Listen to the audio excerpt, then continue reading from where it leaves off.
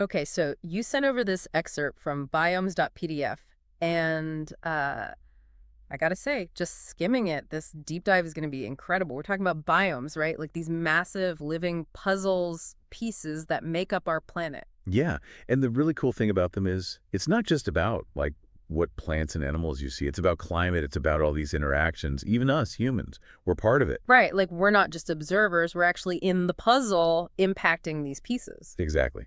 So where do you want to start? We've got everything from steaming jungles to, like, frozen wastelands in this thing. Okay, well, I'm already drawn to this whole biodiversity champion title. So let's start with the tropical rainforest. Like, close your eyes for a second. Picture this.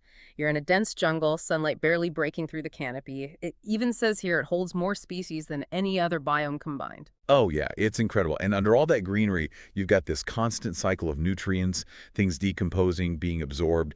It's really rapid, actually. That's partly why you get such diversity. The conditions are just perfect, warm and wet year-round. Okay, that makes sense. A stable environment means life can thrive.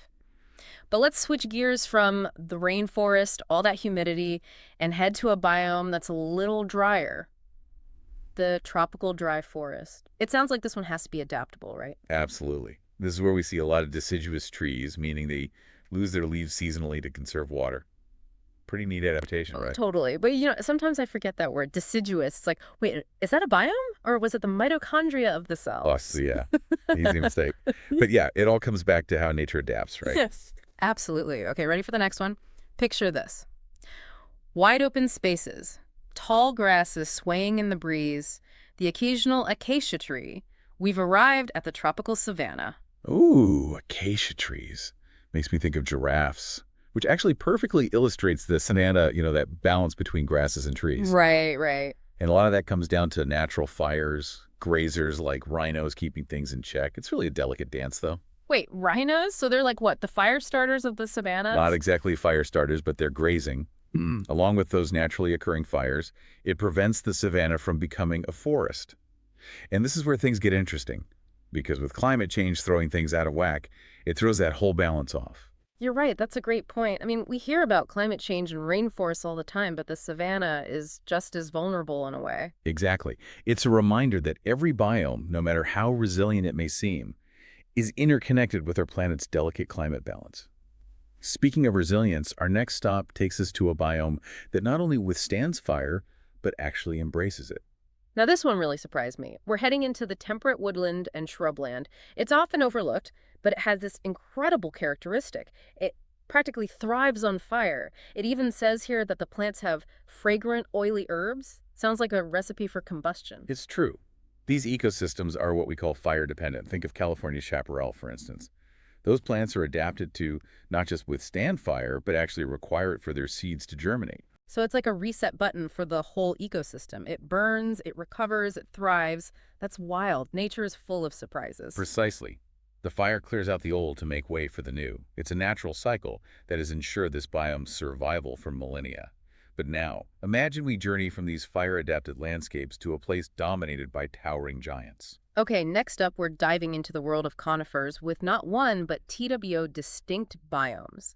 The northwestern coniferous forest and the boreal forest, also known as the taiga. Now, I have to admit, when I think of coniferous forests, I picture towering redwoods draped in mist, almost like a scene from a fantasy novel. And you're spot on. That's the northwestern coniferous forest, heavily influenced by the Pacific Ocean, which brings in all that moisture for those majestic giants to thrive.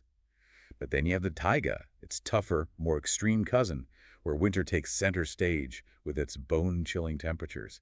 It's fascinating how two biomes with similar types of trees can be so different. Right, it's like comparing a gentle drizzle to a full-on blizzard. So what's the key difference maker here? Why are they so different? You can thank your geographical locations for that. The northwestern coniferous forest benefits from the Pacific Ocean's generosity, those warm, moist air currents. Hmm? But the taiga, it's up north, battling it out with frigid temperatures and shorter growing seasons, and yet it still manages to be a major carbon sink, absorbing vast amounts of carbon dioxide from the atmosphere. That's incredible. It's like a giant air purifier in the fight against climate change. But it also makes you think, if the taiga is struggling with rising temperatures, what does that mean for its ability to store all that carbon? That's a critical question, and one that scientists are closely studying. The effects of climate change on the taiga could have significant consequences for the entire planet. It's a stark reminder that these seemingly distant biomes are actually deeply connected to our own lives. Well, speaking of extreme environments, I think it's time we brave the cold and head to our final destination, the tundra. Ah, the tundra, where the ground stays frozen solid for most of the year. We're talking permafrost here, folks. Yeah, the biomes.pdf excerpt paints a vivid picture, talking about how the ground thaws just a little bit in the summer, creating this soggy landscape. And then it freezes again, ripping and crushing plant roots. It sounds brutal. Brutal, but the tundra's plant life is incredibly resilient. Those ground-hugging mosses and lichens are the ultimate survivors, enduring those harsh conditions year after year. It's amazing how life finds a way, even in the most extreme environments. But if we're talking about the tundra and extreme, we have to talk about the elephant, or rather the mammoth, in the room. You're talking about the permafrost, right? It's not just frozen ground. It's like a giant freezer for a potent greenhouse gas, methane. Whoa, so as the permafrost thaws due to climate change, it's releasing methane into the atmosphere. That's like leaving the freezer door open, not good. Exactly. And the more methane released, the warmer the planet gets, the more permafrost thaws. It's a dangerous cycle that highlights the urgent need to address climate change. It's kind of scary, actually, to think about how something happening way up in the tundra can affect us all. Yeah, it really shows you just how connected everything on Earth really is, right? Yeah. Like what happens in one biome, it doesn't just stay there. Exactly, yeah. It makes you appreciate the bigger picture, that's for sure. Well, we've journeyed from those incredible rainforests all the way to the frozen tundra, learned about so many unique places. And it's not just about the cool factor, though. There's plenty of that, right? Mm, It's about understanding those connections, those delicate balances that keep things running smoothly. absolutely. So, before we wrap up this deep dive, any final thoughts for our listeners? Like, what's the one thing you really want them to take away from all this? Hmm, that's a good question. I'd say think about where you live. What biome would you say that is? Once you start learning about its quirks, its challenges, you start to see even your own backyard differently.